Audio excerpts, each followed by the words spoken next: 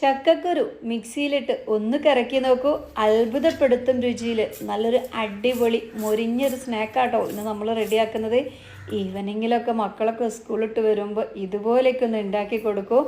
അതുപോലെ തന്നെ ഇതിൻ്റെ ടേസ്റ്റിലുപരി ചക്കക്കുരുവിലുള്ള ആരോഗ്യ ഗുണങ്ങൾ നിങ്ങൾ അറിഞ്ഞാൽ എവിടെയാണോ ചക്കക്കുരു ഉള്ളോടെ പോയിട്ട് കൊണ്ടുവരും കേട്ടോ. അത്രയ്ക്ക് ആരോഗ്യ ഗുണങ്ങളാണ് ചക്കക്കുരുവിൽ അടങ്ങിയിരിക്കുന്നത്. അപ്പോൾ ഞാൻ കുറച്ച് ചക്കക്കുരു എടുത്തിട്ടുണ്ട്. നമ്മുടെയൊക്കെ ഇവിടെ ചക്ക മൂത്ത് കൂട്ടാൻ വെച്ചു, പിന്നെ പഴുക്കാനായിട്ട് തുടങ്ങി. അപ്പോൾ എല്ലാവരുടെ വീട്ടിലും ചക്കക്കുരൊക്കെ ഈ ഒരു സമയത്ത് ഉണ്ടാവും. അപ്പോൾ നോമ്പൊക്കെയാണ് വരുന്നത്. നോമ്പിനും നമുക്കിത് ഈവനിങ്ങിലൊക്കെ നോമ്പ് തുറക്കായിട്ട് റെഡിയാക്കാം.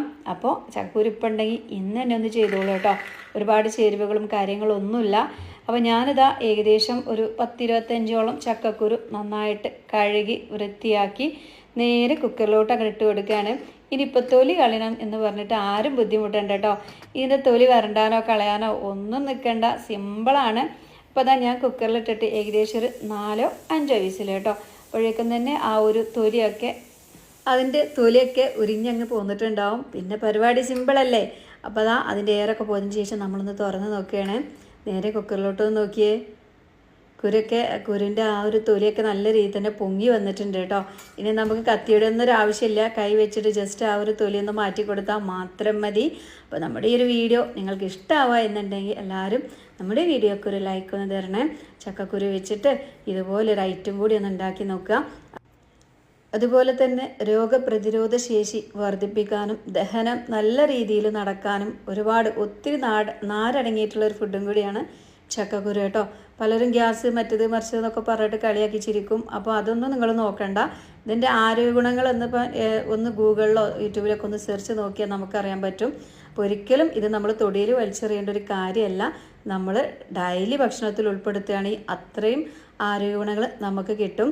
അതുപോലെ തന്നെ വൈറ്റമിൻ എ ധാരാളം അടങ്ങിയിട്ടുണ്ട് ചക്കക്കുരുവിൽ. കണ്ണിൻ്റെ കാഴ്ചശക്തി വർദ്ധിക്കാനും വളരെ ഉത്തമമാണ് നമ്മുടെ ചക്കക്കുരു കേട്ടോ. അപ്പോൾ ചക്കക്കുരുവിൻ്റെ തൊലി കളയാനായിട്ട് ഞാൻ കത്തിയൊന്നും എടുത്തിട്ടില്ല, കണ്ടല്ലോ. കൈ വെച്ചിട്ട് അതിൻ്റെ പുറമേയുള്ള തൊലി ജസ്റ്റ് ഇതുപോലെ ഒന്ന് നീക്കി കൊടുത്താൽ മതി.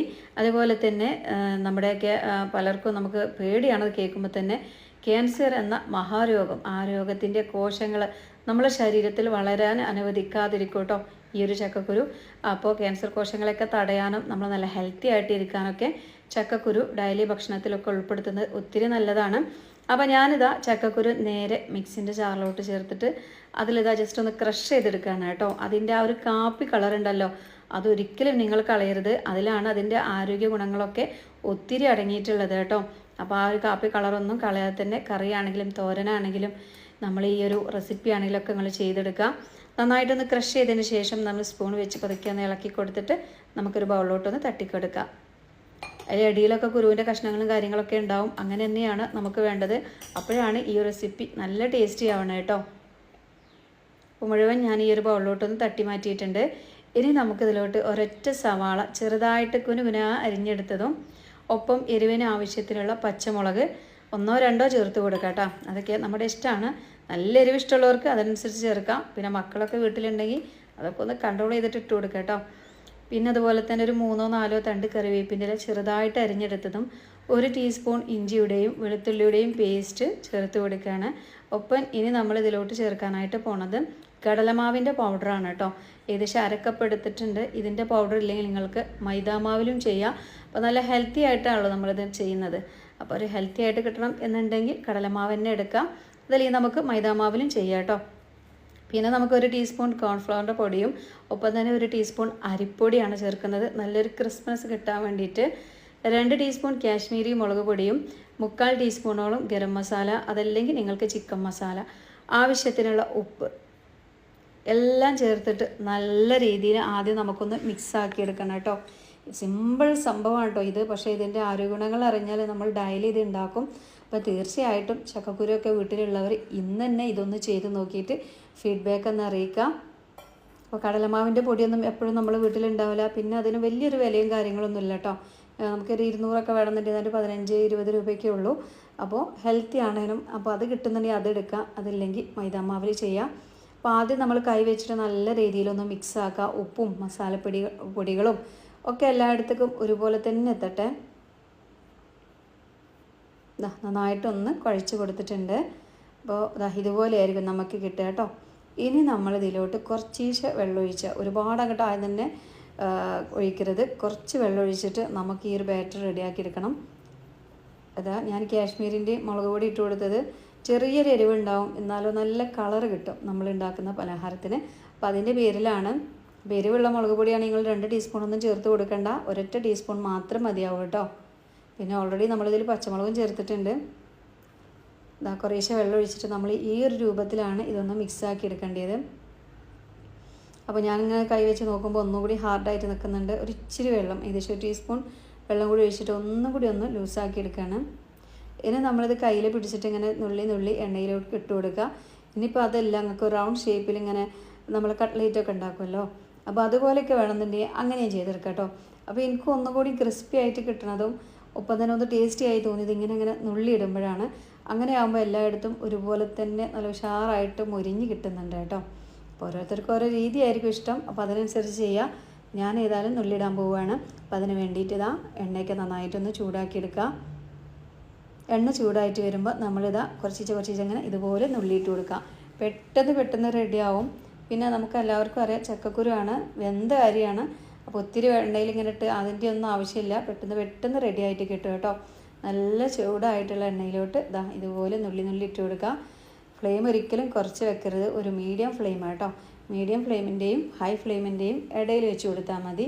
നമ്മൾ ഫ്ലെയിം കുറച്ച് വെച്ച് ചെയ്യുകയാണെങ്കിൽ എണ്ണയൊക്കെ കുടിക്കാനുള്ള ചാൻസ് ഉണ്ട്. ഇത് ഒരു തുള്ളി എണ്ണ പോലും കുടിക്കൂല കേട്ടോ.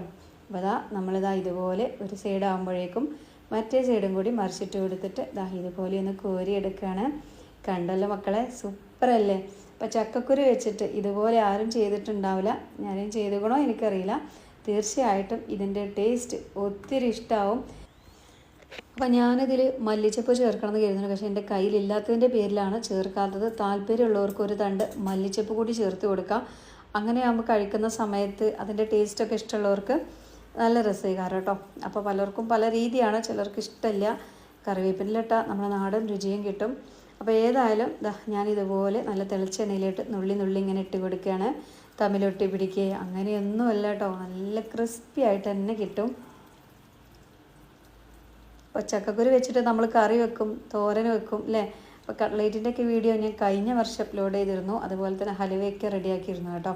അപ്പോൾ ഈ പ്രാവശ്യം നമുക്ക് ചക്കക്കുരു കിട്ടിയപ്പോൾ എനിക്ക് ആദ്യമേ തോന്നിയത്, ഞാൻ ഈ റെസിപ്പി ചെയ്തപ്പോൾ ഒത്തിരി ഇഷ്ടമായിട്ട് നമ്മളെ മക്കളൊക്കെ ഒറ്റയടിക്ക് തന്നെ പ്ലേറ്റ് കാലിയാക്കിയ റൈറ്റാണ്.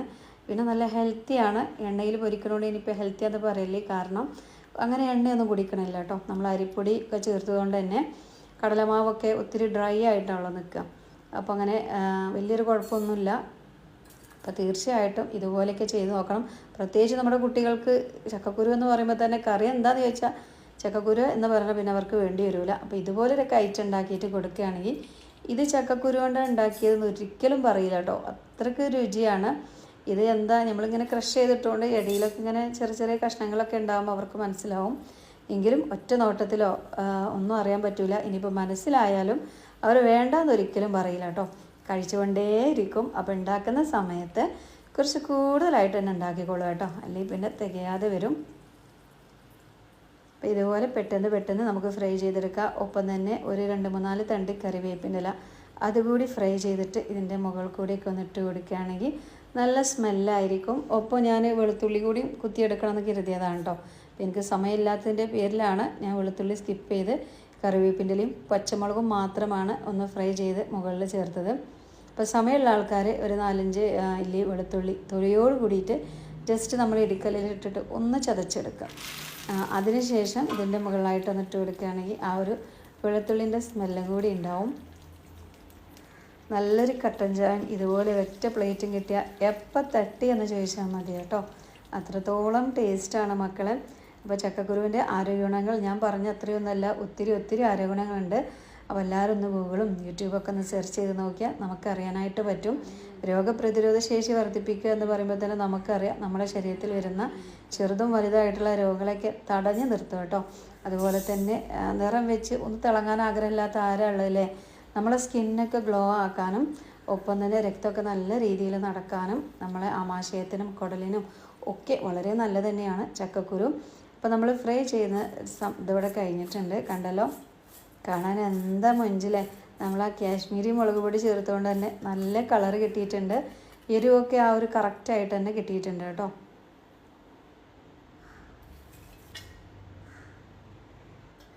അപ്പോൾ എന്തായാലും ഒരു തവണയെങ്കിലും ചക്കക്കുരു ആയോ എല്ലായിടത്തും അറിയില്ല കേട്ടോ, നമ്മളിവിടെയൊക്കെ ആയിട്ടുണ്ട്. കണ്ടല്ലോ, ഞാൻ അതിൻ്റെ താഴെ വെച്ച പാത്രത്തിൽ എണ്ണയോ കാര്യങ്ങളോ ഒന്നുമില്ല, നല്ല ഡ്രൈ ആയിട്ട് തന്നെയാണ് നിൽക്കുന്നത്. അപ്പോൾ ചക്കക്കുരൊക്കെ ആയവർ തീർച്ചയായിട്ടും ചെയ്ത് നോക്കുക. അല്ലാത്തവരും ചക്കക്കുരു ആവുന്നവർ വെയിറ്റ് ചെയ്യുക, അല്ലെങ്കിൽ ഉള്ളിടത്തൊക്കെ പോയിട്ട് ഒന്ന് സംഘടിപ്പിക്കട്ടോ. പ്രത്യേകിച്ച് നാട്ടിൻ പ്രദേശങ്ങളിലൊക്കെ ചക്കയും പഴുക്കലും ഒക്കെ കഴിഞ്ഞു തുടങ്ങിയിട്ടുണ്ട്. അപ്പോൾ എന്തായാലും ഇതൊന്ന് ചെയ്ത് നോക്കിയിട്ട് ഫീഡ്ബാക്ക് അറിയിക്കുക. നമ്മുടെ ഫാമിലിക്കും ഫ്രണ്ട്സിനും എല്ലാവരിലേക്കും ഈ ഒരു വീഡിയോ ഒന്ന് ഷെയർ ചെയ്ത് കൊടുക്കുക കേട്ടോ. എല്ലാവർക്കും സാധാരണക്കാർക്കൊക്കെ എപ്പോഴും കിട്ടുന്ന ഒരു ഐറ്റമല്ലേ ചക്കക്കുരു. അപ്പോൾ എല്ലാവരും ചെയ്തേട്ടെ. അതുപോലെ തന്നെ നമ്മുടെ ചാനലൊക്കെ സബ്സ്ക്രൈബ് ചെയ്യാതെ കാണുന്ന കൂട്ടുകാരുണ്ടോ, നമ്മുടെ ചാനലൊക്കെ ഒന്ന് സബ്സ്ക്രൈബ് ചെയ്തിട്ട് ഓൾ എന്നുള്ളൊരു ഓപ്ഷനും കൂടി നെക്കി കൊടുക്കാനും നിങ്ങളാരും മറക്കല്ലേ. ഇൻഷാ അല്ലാഹ് നാളെ വരെ എല്ലാവരോടും അസ്സലാമു അലൈക്കും.